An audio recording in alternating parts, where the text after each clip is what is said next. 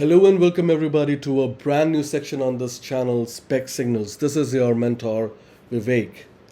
Today we will be looking at an article written by Shreya Jha on Medium, and we will dive deep into it, and I will put forth my argument as well, my point of view.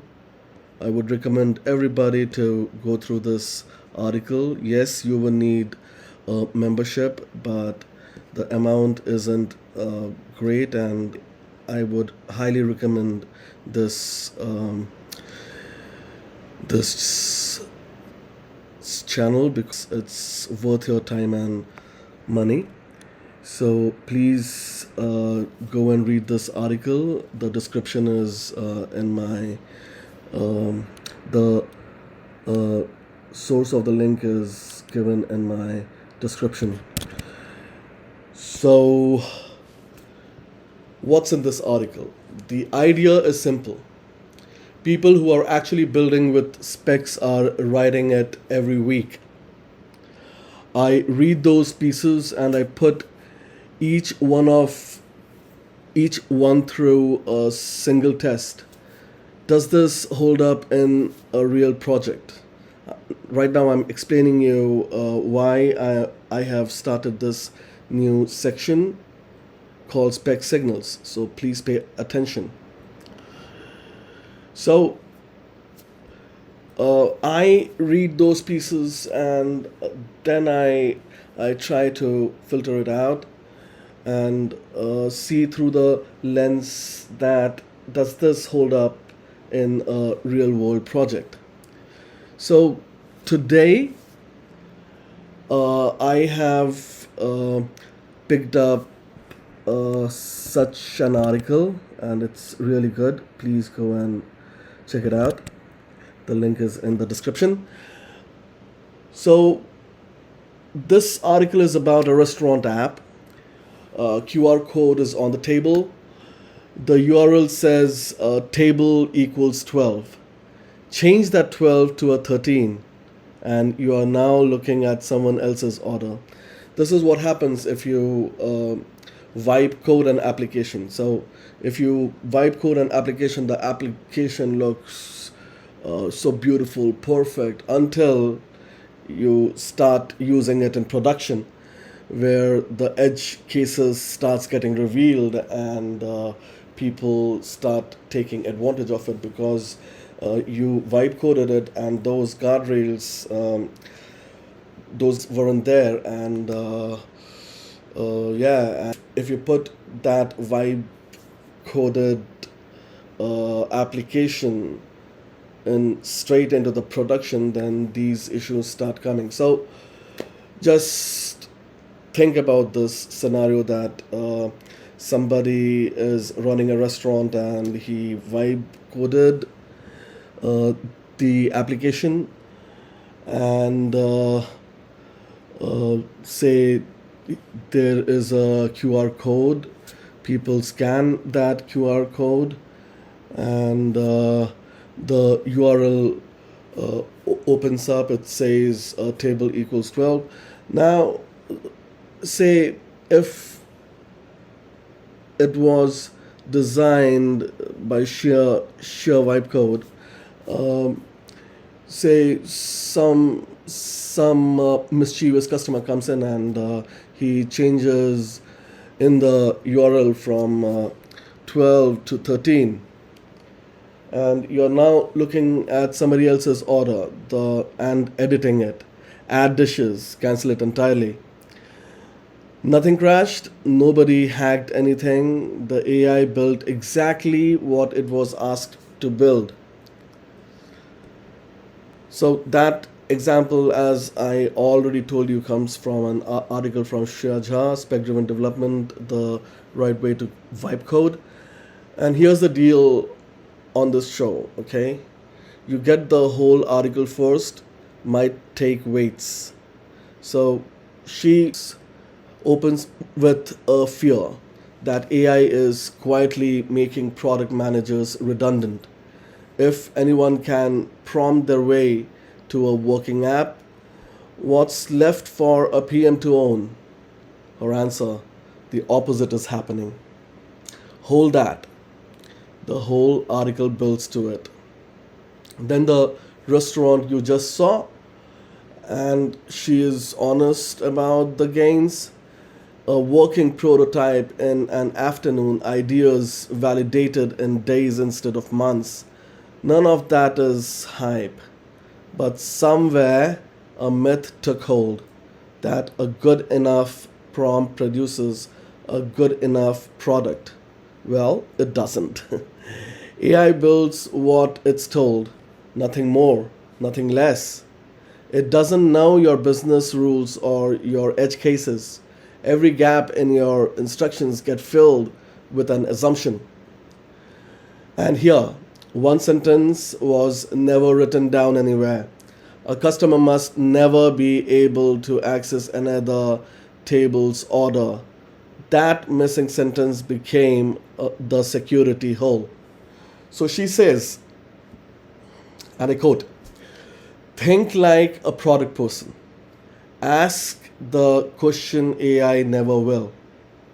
Can two people edit the same order at once? What if payment succeeds but the order fails to save? Can yesterday's QR code order today? She lists 8 of these. Fix is spec-driven development. Before a single line of code, write down how the product must behave. Functional rules, edge cases, security boundaries in plain language. And this is the line I would underline twice. Specs define behavior, not mechanism. Humans decide what the product must do. The AI figures out how. Then she discloses the closes the loop on that opening fear. When code stops being the bottleneck, precision becomes the bottleneck. So the PM becomes more valuable, not less. And one last honest note from her: a spec ensures you build the product correctly, but metrics and evals tell you whether you build the right product. That, she says, is the next chapter. And that's the whole article. Now, here's how I would frame what's still missing. You've booked a train, coach B2, seat 34. You get there, somebody else is sitting on your seat. Now you have a ticket printed, correct, the name on it.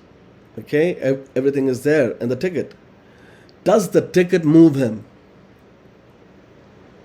The answer is no. The TTE moves him. Until somebody actually walks down that aisle and checks your ticket is a piece of paper with the truth printed on it and no power at all. Your spec is the ticket. Your test is the TTE. What's missing? And that's the gap in the article. Read it closely. The word test does not appear once, not one time, which leaves 2 problems standing. One, a spec setting in a document never actually reaches your agent. At the moment, it's writing the route handler. Line 400 of your spec is not in its context. The spec existed and just wasn't present. 2, she says, anticipate every edge case you can, but this bug shipped precisely because nobody anticipated it. Think harder is not a process, right? One test catches this. Open a session as table 12. Request table 13. Expect a refusal, 4 lines, and it fails on day 1 in front of you before any customer ever scans that QR code. So let's take a look at the verdict. Okay, so my honest verdict: she's right, and she stops one step early. A spec that nothing enforces is a wish. So the sequence isn't spec, then code. It's behavior, then test, then code. Write the rule in plain language. Turn that rule into a test that fails right now. The test-driven development approach. Then let the agent build. And one small honest note: her own security requirement says verify it server side. That's a mechanism. 2 paragraphs after telling us specs shouldn't contain mechanisms. I'm not scoring a point. If it slips for someone writing an article about the rule, it will slip for you and me at 11 at night when all of us are tired and coding, or say prompting now. So what do you do on Monday? That's the question. 3 things. 1. List every route in your project that takes an ID in the URL. Next to each one, write 2 lines. Who owns this and how ownership is proven in the server.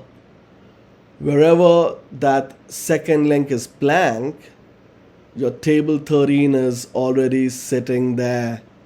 Nobody's found it yet. 2. Write the failing test before the fix, not after, when you are relieved and tired. And 3. Move your security rules out of the doc and into the file your agent loads on every single turn. Read Shreya's article. Link is in the description. It's worth your 6 minutes. And tell me in the comments, what's the edge case AI missed on your last project? I read every one of them. So that was the first episode of Spec Signals. If you want the full methodology, the Spec-Driven Development Masterclass is on this channel. See you in the next one. All right? So take good care of yourself and peace out.